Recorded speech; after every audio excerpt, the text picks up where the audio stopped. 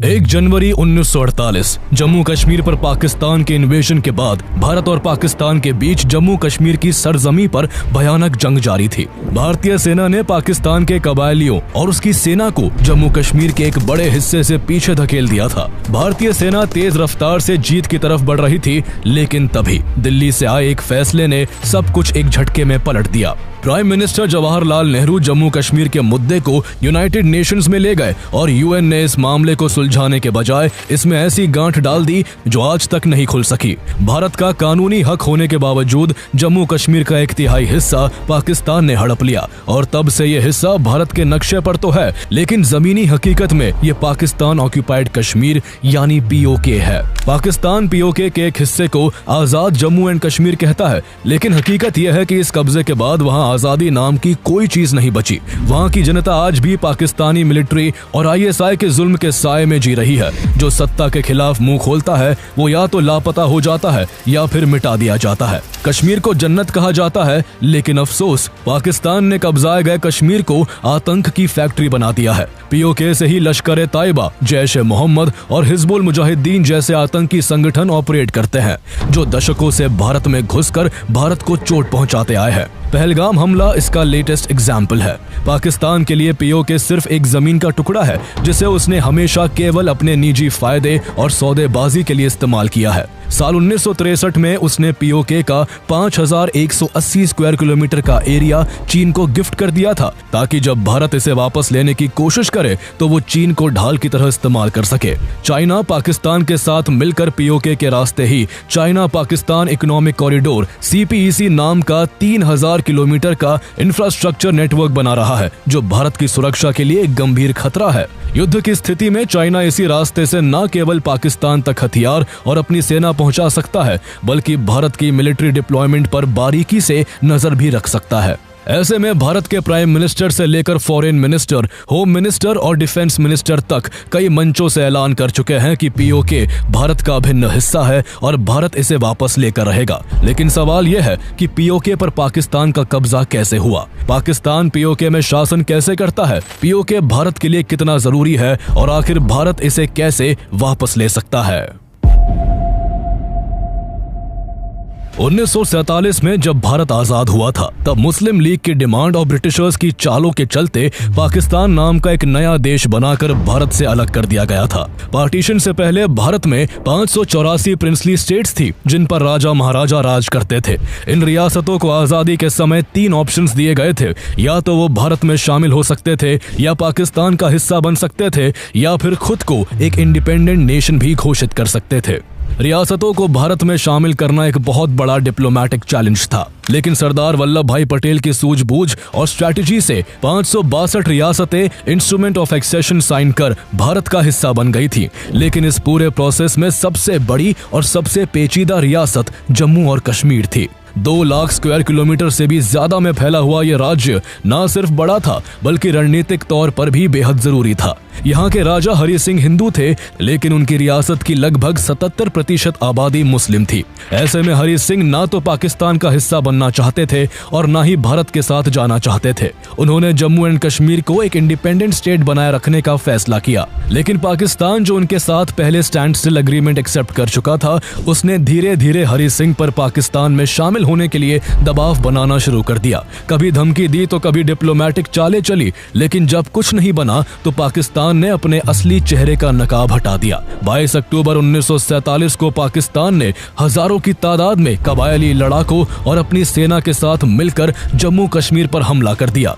जिस कश्मीर को लोग जन्नत कहते थे, वहां कुछ ही दिनों में नर्क जैसा मंजर बन गया। हजारों निर्दोष लोगों को बेरहमी से मार दिया गया, शहर के शहर जला दिए गए, कश्मीर में हर तरफ लाशें बिछ गईं। पाकिस्तानी घुसपैठियों ने बारामुल्ला जैसे कई इलाकों में वो आतंक मचाया कि इंसानियत भी शर्मसार हो जाए। वक्त बड़ी तेजी से निकलता जा रहा था और जम्मू कश्मीर पाकिस्तान की तरफ रेत की तरह फिसलता जा रहा था। हरि सिंह को अब समझ आ गया था कि न्यूट्रल रहना पॉसिबल नहीं है। उन्होंने भारत से तुरंत मदद की गुहार लगाई, लेकिन जब तक जम्मू कश्मीर ऑफिशियली भारत का हिस्सा नहीं बनता, तब तक भारत चाहकर भी लीगली मिलिट्री एक्शन नहीं ले सकता था। इसलिए वक्त की नजाकत को समझते हुए 26 अक्टूबर 1947 को महाराजा हरि सिंह ने इंस्ट्रूमेंट ऑफ एक्सेशन पर दस्तखत कर दिए, जिसके बाद जम्मू एंड कश्मीर आधिकारिक रूप से भारत का हिस्सा बन गया। अब जम्मू एंड कश्मीर पर होने वाला हर हमला भारत की सॉवरेनिटी पर हमला था, इसलिए इंडियन आर्मी बिना देरी किए 27 अक्टूबर को कश्मीर पहुंच गई। कई महीनों तक युद्ध चलता रहा और भारतीय सेना ने अपनी ब्रेवरी और स्ट्रैटेजी से न सिर्फ पाकिस्तानी कबायलियों और सैनिकों को रोक दिया, बल्कि उन्हें कश्मीर के एक बड़े हिस्से से उल्टे पांव लौटने पर मजबूर कर दिया। ऐसा लग रहा था कि अगर यूं ही युद्ध चलता रहा तो भारत जल्द ही पाकिस्तानी घुसपैठियों को जम्मू कश्मीर से पूरी तरह खदेड़ने में कामयाब हो जाएगा। लेकिन तभी भारत की तरफ से इतिहास की सबसे बड़ी रणनीतिक गलती होती है, जिससे कश्मीर का मुद्दा ऐसा उलझ जाता है कि वो आज तक नहीं सुलझ सका। प्राइम मिनिस्टर जवाहरलाल नेहरू ये मुद्दा 1 जनवरी 1948 को यूनाइटेड नेशंस में ले जाते हैं और यही से कश्मीर का मामला और भी पेचीदा हो जाता है, जिसे पाकिस्तान ने फिर इंटरनेशनलाइज भी किया। यूएन के हस्तक्षेप से 1 जनवरी 1949 को दोनों देशों ने युद्ध विराम पर सहमति जता दी। सीज फायर लाइन वहीं पर तय हुई जहां दोनों देशों की सेनाएं उस वक्त खड़ी थी। इसका नतीजा ये हुआ कि भारत के हिस्से जम्मू कश्मीर का सिर्फ 65% हिस्सा ही आया और बाकी 35% हिस्सा पाकिस्तान के कब्जे में चला गया, जिसे आज हम Pakistan occupied Jammu and Kashmir POJK या POK के नाम से जानते हैं। यूएन ने रेजोल्यूशन 47 पारित करते हुए पाकिस्तान को अपने सभी ट्रूप्स और ट्राइबल इन्वेडर्स को जम्मू एंड कश्मीर से हटाने का आदेश दिया था, ताकि जम्मू एंड कश्मीर में फेयर एंड फ्री प्लेबिसाइट हो सके और वहां की जनता तय कर सके कि वो भारत का हिस्सा बने रहना चाहते हैं या पाकिस्तान में शामिल होना चाहते हैं। लेकिन पाकिस्तान ने अपनी सेना वहां से हटाने के बजाय POK में मिलिट्री प्रेजेंस और चरमपंथ को और मजबूती देने का काम किया, जिसका नतीजा ये हुआ कि आज तक वो प्लेबिसाइट नहीं हो सका है। 1971 के इंडिया पाकिस्तान वॉर के बाद 2 जुलाई 1972 को भारत और पाकिस्तान के बीच शिमला एग्रीमेंट हुआ, जिसमें दोनों देशों ने इस मुद्दे को शांति और बातचीत के जरिए बिना किसी और देश की मध्यस्थता से सुलझाने का वादा किया। इसी के साथ सीज फायर लाइन को लाइन ऑफ कंट्रोल यानी LOC का नाम दे दिया गया, जो आज तक वास्तविक सीमा के रूप में मान्य है। पाकिस्तान के कब्जे में जम्मू कश्मीर का जो इलाका है उसे उसने 2 हिस्सों में बांट रखा है। पहला हिस्सा पाकिस्तान ऑक्यूपाइड कश्मीर है, जिसे पाकिस्तान आजाद जम्मू एंड कश्मीर AJK कहता है, और दूसरा हिस्सा गिलगित बाल्टिस्तान है। AJK करीब 13,297 स्क्वायर किलोमीटर में फैला हुआ है और यहाँ लगभग 40 लाख लोग रहते हैं। पाकिस्तान बहुत चालाकी से इस हिस्से में पिछले कई दशकों से अपने एक्स सर्विसमैन पंजाबियों और पठानों को बसाता रहा है, ताकि यहाँ की डेमोग्राफी चेंज हो जाए और भविष्य में अगर बाय चांस कोई प्लेबिसाइट होता है तो उसे इसका फायदा मिल सके। यही वजह है कि खुद को कश्मीरी कहने वाली यहाँ की आबादी में से केवल 5% लोगों को ही कश्मीरी भाषा की समझ है, जबकि भारत के जम्मू कश्मीर में 53% लोग कश्मीरी बोलते हैं। पाकिस्तान दिखावे के लिए इस हिस्से को आजाद कश्मीर कहता है और कहने के लिए ये एक सेल्फ गवर्निंग स्टेट भी है, जिसका इंटरिम कॉन्स्टिट्यूशन है और जहाँ प्राइम मिनिस्टर से लेकर प्रेसिडेंट तक सब अलग चुने जाते हैं। लेकिन सच्चाई यह है कि ये सिर्फ एक दिखावटी सरकार होती है, जिसकी लगाम पाकिस्तान की सरकार के हाथ में होती है। यहाँ तक कि यहाँ सिर्फ वही पार्टी या व्यक्ति चुनाव में हिस्सा ले सकता है जो पाकिस्तान से वफादारी की कसम खाता है। यहाँ का प्रेसिडेंट जब अपने पद की शपथ लेता है तो उसे कहना पड़ता है कि वो हमेशा पाकिस्तान के लिए लॉयल रहेगा। ये ताज्जुब की ही बात है कि पाकिस्तान जिस हिस्से को आजाद कहता है वो वहाँ के नेताओं और लोगों को हाशिए पर रखता है। पाकिस्तान ऑक्यूपाइड जम्मू एंड कश्मीर का दूसरा हिस्सा गिलगित बाल्टिस्तान है, जो POJK के पूरे एरिया का 85% हिस्सा है और 72,000 स्क्वायर किलोमीटर में फैला हुआ है। यहाँ करीब 23 लाख की आबादी रहती है और ये इलाका 14 जिलों में बटा हुआ है।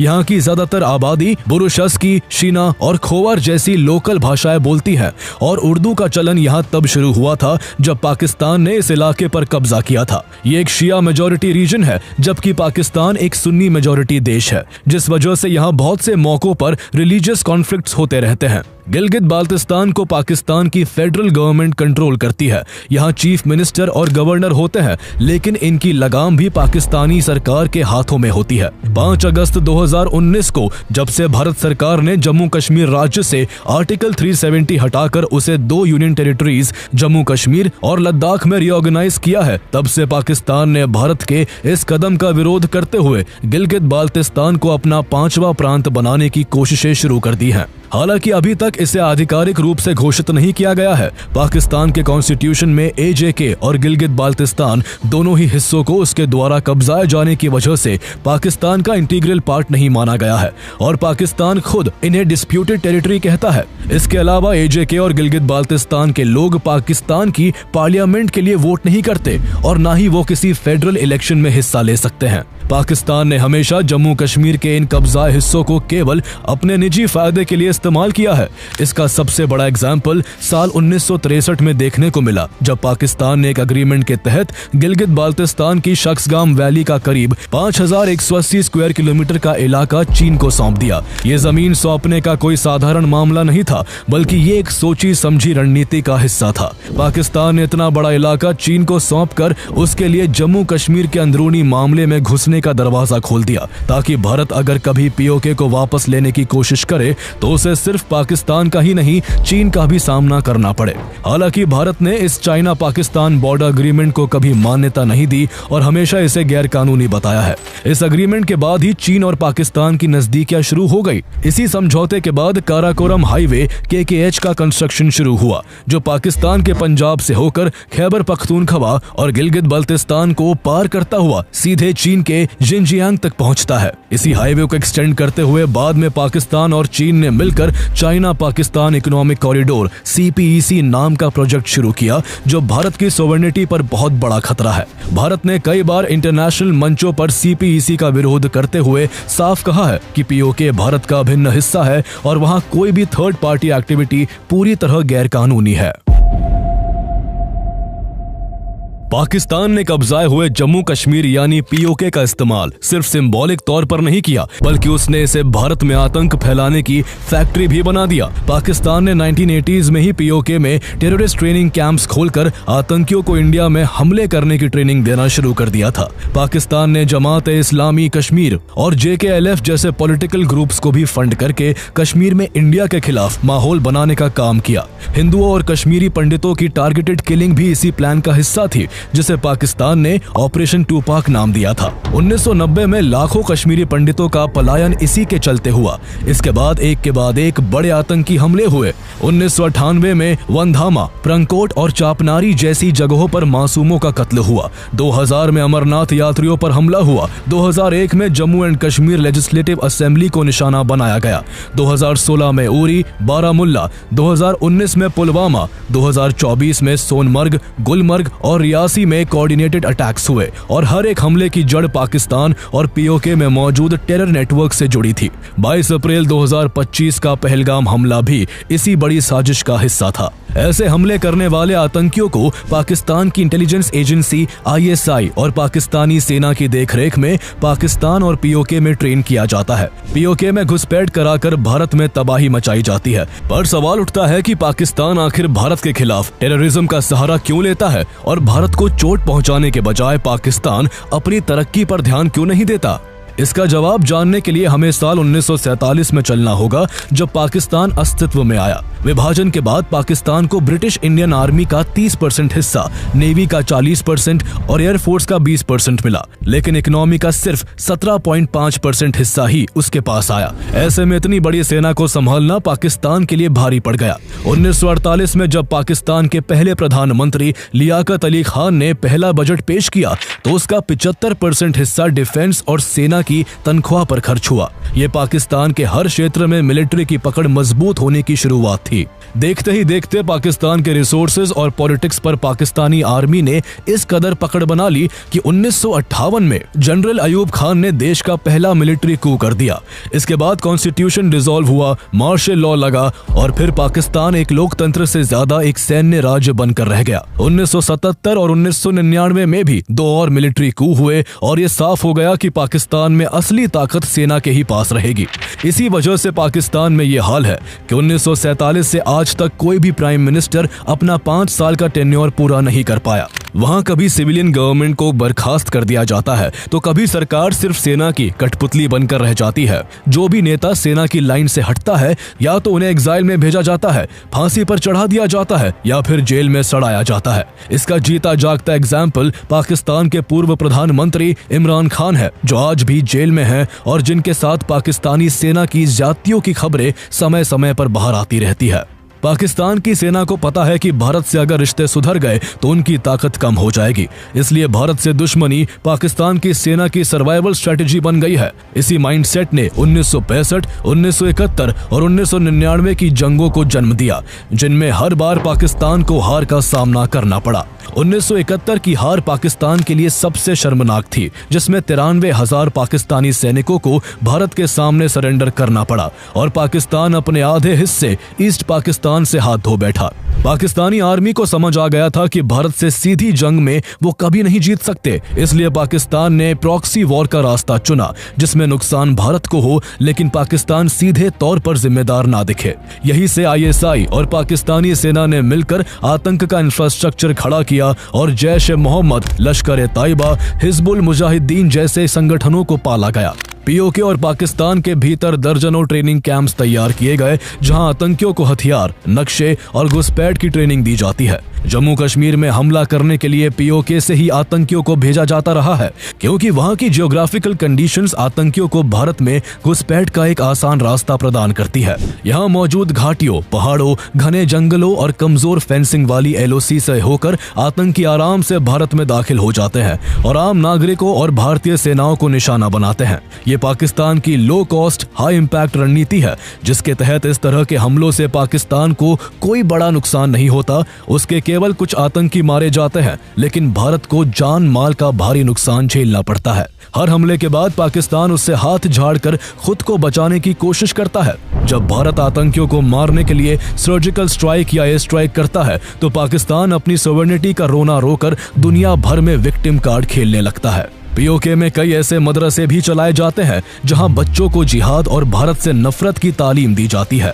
हाल ही में जब भारत ने पहलगाम अटैक का जवाब ऑपरेशन सिंदूर के जरिए दिया और आतंकी कैंप्स को तबाह किया तो पाकिस्तान की बौखलाहट साफ देखने को मिली। पाकिस्तान के डिफेंस मिनिस्टर ख्वाजा आसिफ ने नेशनल असेंबली में कहा था कि अगर जरूरत पड़ी तो मदरसों के बच्चों को सेना में शामिल किया जाएगा, क्योंकि वो हमारी सेकेंड लाइन ऑफ डिफेंस है। उनका ये बयान साबित करता है कि पाकिस्तान की नजर में मदरसे शिक्षा के नहीं बल्कि आतंक के कारखाने हैं। भारत अब तक 3 बार पाकिस्तान और POK के आतंकी ठिकानों पर प्रहार कर चुका है, लेकिन कुछ महीनों की शांति के बाद ये आतंकी फिर से उठ खड़े होते हैं, क्योंकि आतंक अब पाकिस्तान की नीतियों का हिस्सा बन चुका है। सालों से पाकिस्तान आतंकवाद को एक प्रॉक्सी वॉर की तरह इस्तेमाल करता आया है और जब भी भारत मिलिट्री एक्शन की तरफ बढ़ता है तो पाकिस्तान न्यूक्लियर वॉर की गीदड़ भभकी देता है, ताकि इंटरनेशनल ताकतें दोनों देशों को बातचीत के लिए मजबूर कर दे और युद्ध की स्थिति ना बन पाए।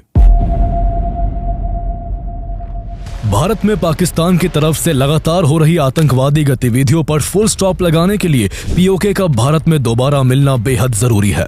जब तक जम्मू कश्मीर का यह हिस्सा पाकिस्तान के कब्जे में रहेगा, पाकिस्तान अपनी हरकतों से बाज नहीं आएगा। अगर POK फिर से भारत से जुड़ जाता है तो वहां की स्थिति इंडियन अथॉरिटीज के कंट्रोल में आ जाएगी।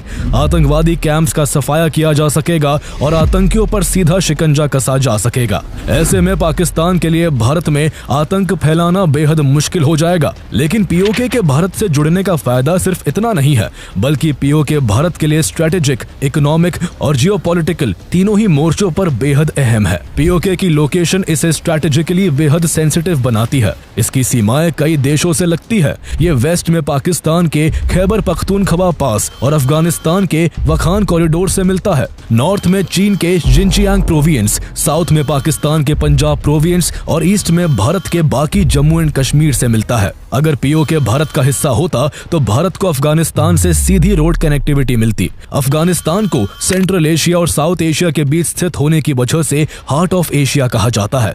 इतिहास में खैबर और बोलन पासेस के जरिए भारत और अफगानिस्तान के बीच एक जबरदस्त व्यापारिक और सांस्कृतिक कनेक्शन रहा है। लेकिन आज भारत को अफगानिस्तान और सेंट्रल एशिया में घुसने के लिए काफी हद तक पाकिस्तान के ट्रांजिट रूट्स पर निर्भर रहना पड़ता है, जो न केवल मुश्किल है बल्कि दोनों देशों के बीच तनाव के कारण अक्सर बंद ही रहते हैं। पीओके सेंट्रल एशियन कंट्रीज जैसे ताजिकिस्तान और अन्य ऑयल गैस रिच देशों के बेहद करीब है। अगर ये हिस्सा भारत के पास होता तो भारत को इन नेचुरल रिसोर्सेज तक पहुंचने में हजारों किलोमीटर की दूरी की बचत होती। तेल और गैस को भारत तक लाने में अरबों डॉलर्स की लागत घट जाती। कनेक्टिविटी की कमी की वजह से आज भारत और सेंट्रल एशिया के बीच ट्रेड वॉल्यूम सिर्फ $2 बिलियन का है, जबकि वही चाइना का ट्रेड वॉल्यूम सेंट्रल एशिया के साथ भारत से करीब 50 गुना ज्यादा यानी $100 बिलियन का है। इस इलाके के पाकिस्तान के कब्जे में होने के कारण भारत इन व्यापारिक फायदों से वंचित रहा है।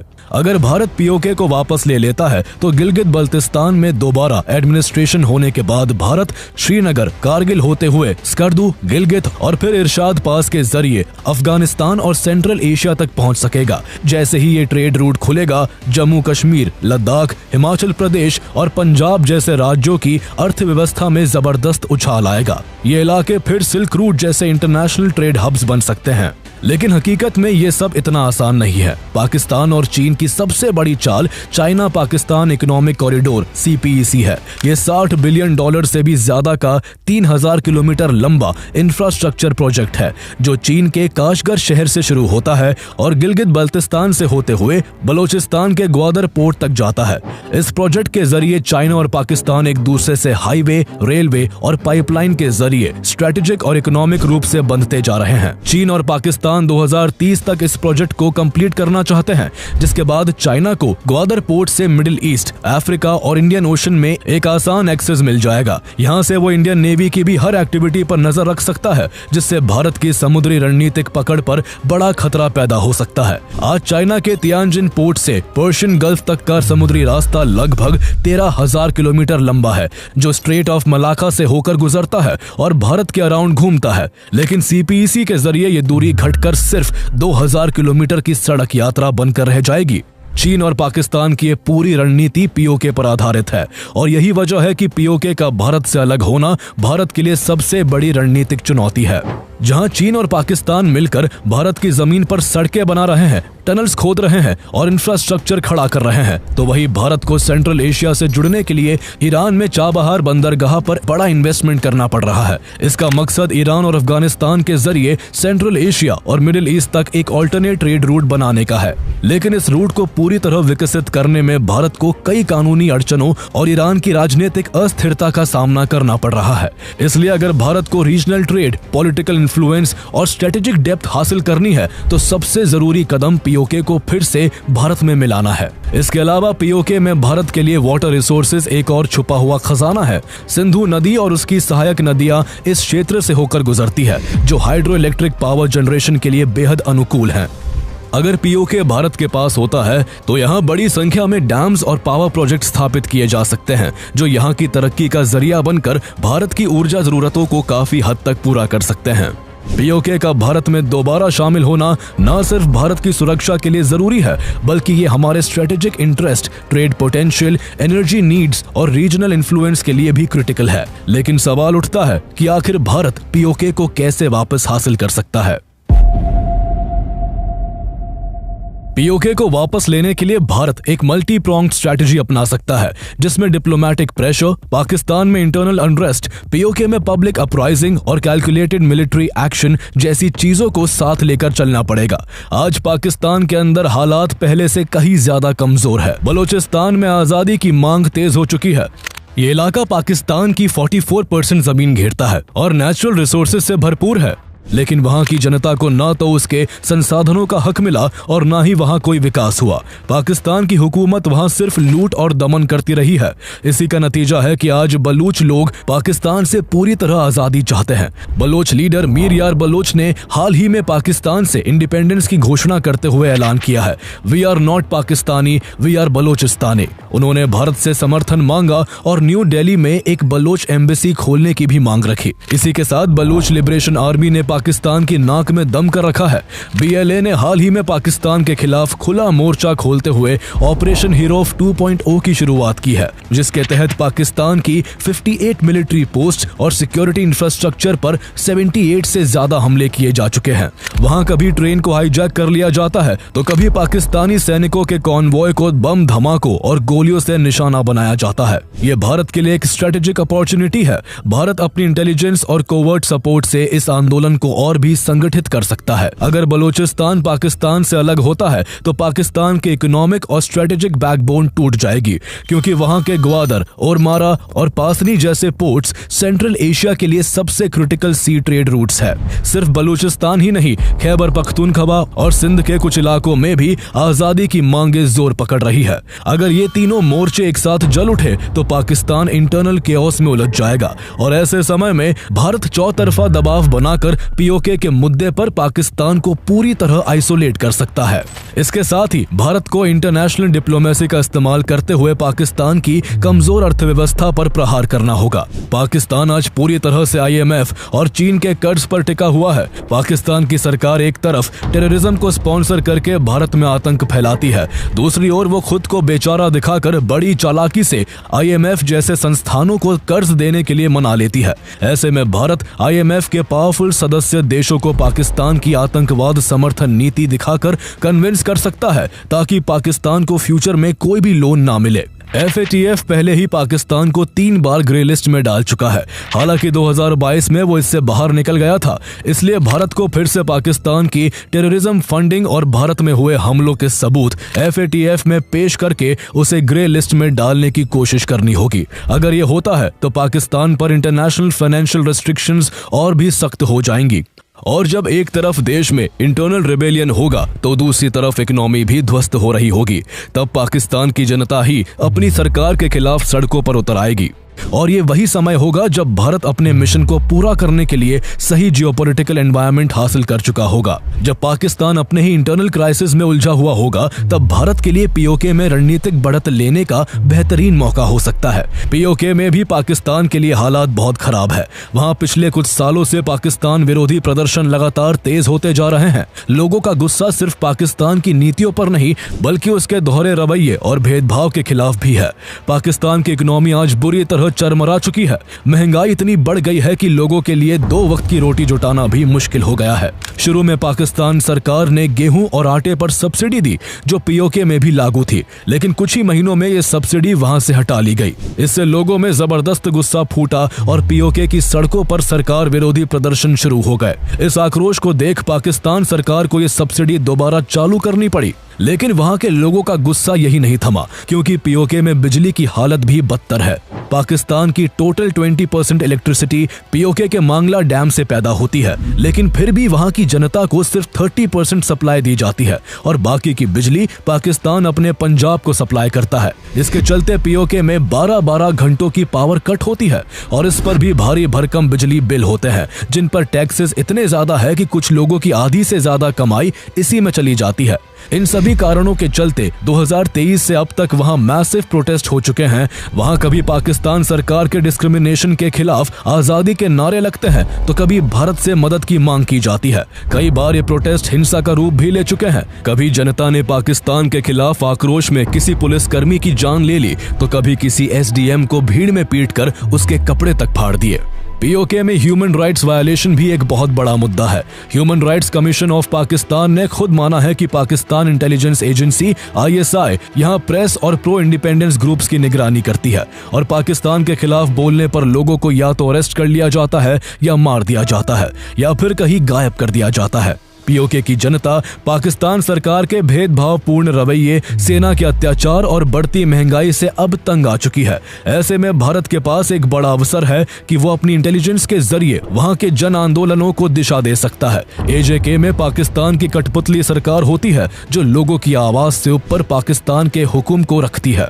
यहाँ अभी चौधरी अनवरुल हक प्राइम मिनिस्टर है जो पाकिस्तान के इशारे पर नाचते हैं। समय समय पर AJK के रिप्रेजेंटेटिव्स पाकिस्तान की इंटरफेरेंस को ओपनली क्रिटिसाइज कर चुके हैं। ऐसे में अगर भारत वहां की लोकल पार्टीज को बैक करके एक प्रो इंडिया पॉलिटिकल लीडरशिप को नर्चर करे, जैसे कि कभी सिक्किम में हुआ था, तो एक नया पॉलिटिकल फोर्स उभर सकता है जो आने वाले सालों में जनमत को भारत के पक्ष में मोड़ देगा। अगर दोनों देशों के बीच पीओके को लेकर जंग होती है तो भारत सैन्य ताकत में भी पाकिस्तान से कई गुना मजबूत है। आज भारतीय सेना दुनिया की चौथी सबसे ताकतवर सेना है और 14.5 लाख एक्टिव सैनिकों के साथ भारत के पास दुनिया की दूसरी सबसे बड़ी एक्टिव आर्मी है।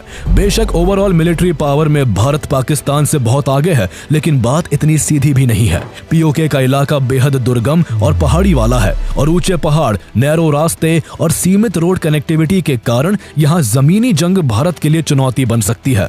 भारी टैंक, हथियार और रसद पहुंचाना यहाँ आसान नहीं होगा, जबकि पाकिस्तान को वहाँ की ज्योग्राफिकल कंडीशंस की पूरी जानकारी है।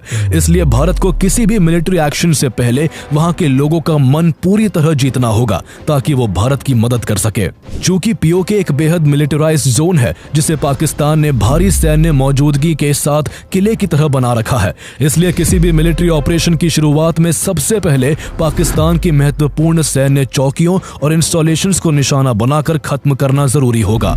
इसके बाद ही जमीन पर टेरिटोरियल कैप्चर करने की रणनीति अपनाई जा सकती है। वहां के कुछ Pakistan supported groups and terrorist organisation भी भारत के काम में अड़ंगा डाल सकते हैं, इसलिए इंडिया के लिए इन्हें भी काबू में रखना जरूरी होगा। अगर भारत पीओके में कोई मिलिट्री एक्शन लेता है तो चाइना का इस जंग में शामिल होना भारत के लिए सबसे बड़ा खतरा होगा। पाकिस्तान ने पीओके का कुछ हिस्सा पहले ही चीन को दे रखा है और चीन पीओके के गिलगित बाल्टिस्तान से सीपीईसी का स्ट्रेटेजिक रूट भी बना रहा है। इसलिए अगर भारत वहां कोई कार्रवाई करता है तो चीन मिलिट्री और इकोनॉमिकल दोनों स्तर पर अपनी दखल दे सकता है और यही भारत के सामने टू फ्रंट वॉर का सबसे बड़ा खतरा है।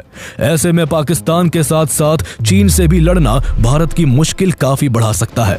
इसलिए भारत चीन को युद्ध में शामिल होने से रोकने के लिए मल्टी फ्रंट डिप्लोमेसी के सहारे काउंटर कर सकता है। चीन कई बार यूनाइटेड नेशंस में पीओके से जुड़े भारत के प्रस्तावों पर वीटो लगा चुका है, लेकिन अब हालात बदल चुके हैं। भारत आज कई पावरफुल इंस्टीट्यूशन का हिस्सा है जिसमें अमेरिका, रूस, जापान, ऑस्ट्रेलिया, ब्रिटेन और कई यूरोपीय देश शामिल है। क्वाड का गठन ही इसलिए हुआ था ताकि चीन के बढ़ते दबदबे को रोका जा सके। ऐसे में भारत उन देशों के साथ मिलकर चीन को पीओके के मुद्दे पर चुप करवा सकता है। यूएन में भारत के समर्थन में अब अमेरिका, रूस, फ्रांस और ब्रिटेन जैसे 4 बड़े वीटो पावर है। हालांकि अमेरिका और ब्रिटेन जैसे देश सबसे पहले अपना फायदा देखते हैं, इसलिए उन्हें अपने पक्ष में करना आसान नहीं होगा।